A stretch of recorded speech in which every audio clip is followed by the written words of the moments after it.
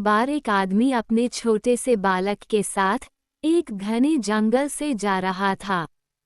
तभी रास्ते में उस बालक को प्यास लगी और उसे पानी पिलाने उसका पिता उससे एक नदी पर ले गया। नदी पर पानी पीते पीते अचानक एक बड़ी लहर के साथ वो बालक पानी में गिर गया और डूबने से उसके प्राण निकल गए।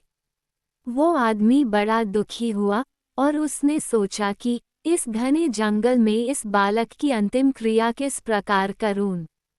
तभी उसका रोना सुनकर एक गिद्ध, सियार और नदी से एक कछुआ वहां आ गए और उस आदमी से सहानुभूति व्यक्त करने लगे। आदमी की परेशानी जानकर सब अपनी अपनी सलाह देने लगे।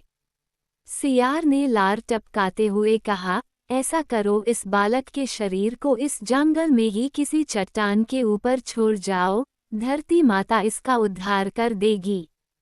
तभी गिद्ध अपनी खुशी छुपाते हुए बोला, नहीं, धरती पर तो इसको जानवर खा जाएंगे। ऐसा करो, इसे किसी वृक्ष के ऊपर डाल दो ताकि सूरज की गर्मी से इसकी अंतिम गति अच्छी हो जाएगी। उन दोनों की बातें सुनकर कछुआ भी अपनी भूख को छुपाते हुए बोला, नहीं, आप इन दोनों की बातों में मत आओ। इस बालक की जान पानी में गई है, इसलिए आप इसे नदी में ही बहा दो। और इसके बाद तीनों अपने अपने कहे अनुसार उस आदमी पर जोर डालने लगे। तब उस आदमी ने अपने विवेक का सहारा लिया और उन तीनों से कहा, तुम तीनों की सहानुभूति भरी सलाह में मुझे तुम्हारे स्वार्थ की गंध आ रही है।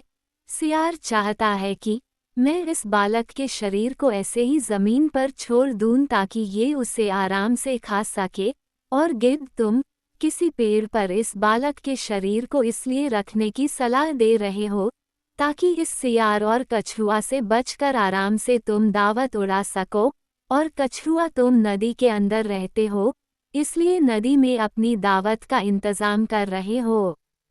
तुम्हारी सलाह देने के लिए धन्यवाद, लेकिन मैं इस बालक के शरीर को अग्नि को समर्पित करूंगा, ना कि तुम्हारा भोजन बनने दूंगा। ये सुनकर वो तीनों अपना सा मुंह लेकर वहां से चले गए।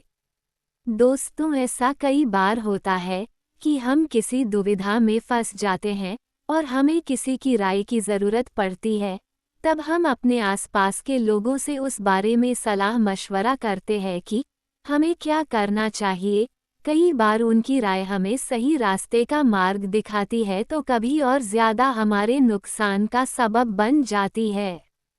हम यह नहीं कह रहे हैं कि हर व्यक्ति आपको स्वार्थ भरी सलाह ही देगा, लेकिन आज के इस युग में हम अगर अपने विवेक की छलनी से किसी सलाह को छान ले तो शायद ज़्यादा सही रहेगा।